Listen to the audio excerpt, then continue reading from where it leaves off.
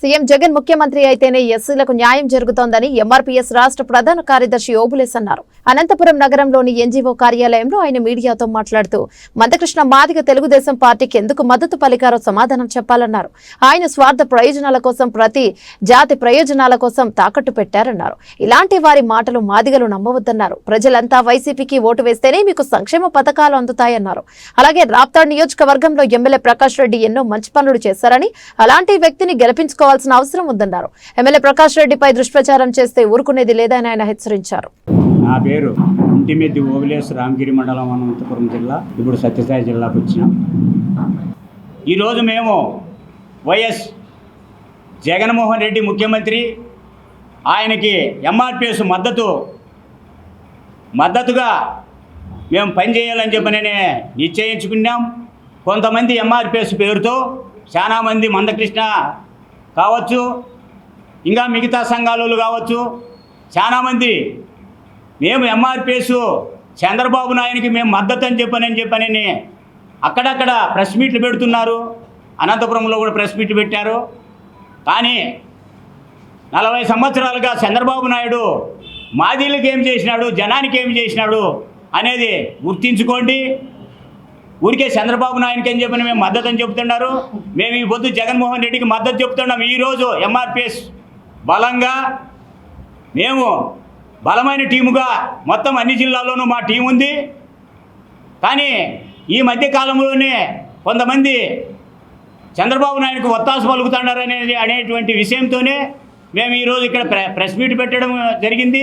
జగన్మోహన్ రెడ్డికి ఎంఆర్పీఎస్ శ్రేణులు, SC, ST, BC, minority కులాలకు చెందినటువంటి వారు జగన్మోహన్ రెడ్డిని మళ్ళీ ముఖ్యమంత్రిని చేసుకోగలిగితే మనం సంక్షేమ పథకాలు కానీ, మన పిల్లల చదువులు కానీ, ఇంకోటి కానీ ప్రతి ఒక్కటి నవరత్నాల్లో కాకుండా ప్రతి పనిని కూడా మనము సాధించుకోగలుగుతాము.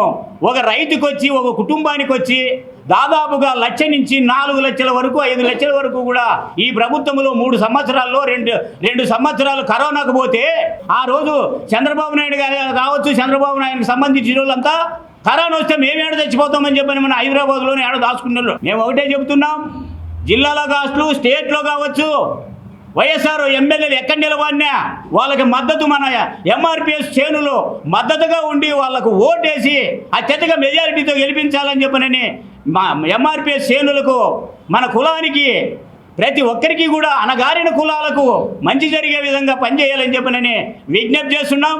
మా రాప్తాడ్ నియోజకవర్గంలో మన ఎమ్మెల్యే ప్రకాష్ రెడ్డి గారు ఎంతోమందికి ఉచిత బోర్లతో సహా ఎనుములు, ఆవులు, గొర్రెలు ఎన్నో రకాలుగా, కనీసము ఒక కార్యకర్త చచ్చిపోతే వాళ్ళ కుటుంబానికి ఇబ్బంది పడాలంటే ఒక్క కుటుంబానికి వచ్చి 2 లక్షలు, దాదాపుగా ఈ నియోజకవర్గంలో 500-600 మందికి 2 లక్షలు, 2 లక్షలు ఇస్తున్నారు. కానీ సునీతమ్మ, చంద్రబాబు నాయుడు 40 ఏళ్ళు, వీళ్ళు 30 ఏళ్ళు, 25 ఏళ్ళ నుంచి ఎమ్మెల్యేగా ఉన్నారు, మినిస్టర్లుగా పనిచేసినారు.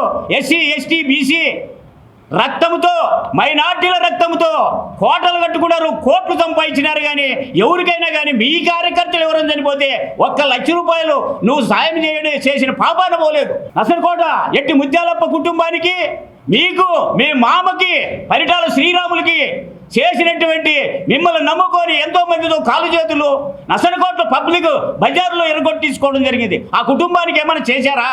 మంచి చేసే ప్రకాష్ రెడ్డి పైన, వాళ్ళ ప్రకాష్ రెడ్డి కుటుంబం పైన అనవసరమైన నిందలేస్తే మాత్రం మేము మిమ్మల్ని క్షమించే ప్రసక్తే లేదు.